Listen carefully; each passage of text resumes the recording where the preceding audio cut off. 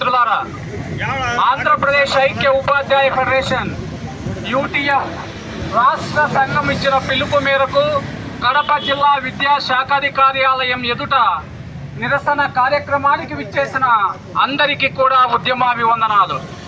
మరి ఈరోజు ఉపాధ్యాయులు మాకు పని చేసిన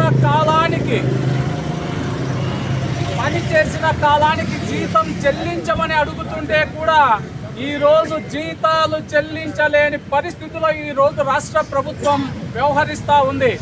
మరి ఇదే పద్ధతి కొనసాగితే ఇది ఒక ట్రైల్ లాగా ఈ ప్రభుత్వం వ్యవహరిస్తూ ఉంది. ఈరోజు బదిలీలు జరిగి 2 నెలలు కావస్తున్న పొజిషన్ ఐడీలు క్రియేట్ చేయడంలో అయితేనేమి, మరి క్యాడర్ స్ట్రెంత్ ప్రకటించడంలో అయితేనేమి ఈ ప్రభుత్వం పూర్తి నిర్లక్ష్యంగా వ్యవహరిస్తూ ఉంది. ఈ రోజు కానీ మనం రోడ్డెక్కి ధర్నా చేయకపోతే మరి వీళ్ళ జీతాలు కూడా వీళ్ళకి అవసరం లేదేమో అనుకుంటుంది. ఇప్పటికే డిఎల్ కోల్పోయాం, పిఆర్సీలు పోయాయి, సరెండర్లు బిల్లులు పోయాయి, ఆర్థిక అంశాలన్నీ కూడా ఈరోజు ప్రభుత్వం పక్కన పెట్టింది. చివరికి జీతాల విషయంలో కూడా నిర్లక్ష్యంగా వ్యవహరిస్తూ ఉంది. మరి ఇలాంటి సందర్భంలో వాట్సాప్లో మనం పోరాటాలు చేయడం కాదు, ఉపాధ్యాయ సంఘాలు పాఠశాలలకు వెళ్ళినప్పుడు ఉపాధ్యాయులు ప్రశ్నించడం కాదు, రోడ్డెక్కి ఉద్యమాలు చేసి పోరాడి మన సమస్యలను పరిష్కరించుకోవాలి.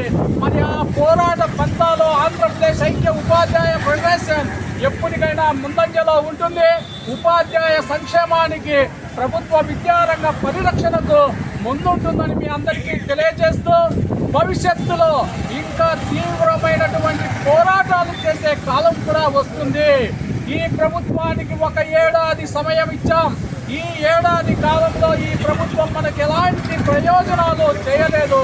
కాబట్టి ఇక నుండి కూడా ఈ ప్రభుత్వం పైన ఆర్థిక అంశాల్లోనైతేనేమి, విద్యారంగ సమస్యల పరిష్కారంలోనైతేనేమి, ఉపాధ్యాయుల సంక్షేమం కోసమైతేనేమి ఈ ప్రభుత్వంతో రాజీ లేని పోరాటాన్ని కొనసాగించేది ఒక యూటీఎఫ్ మాత్రమేనని మీకు తెలియజేస్తూ, భవిష్యత్తులో కూడా జరగబోయే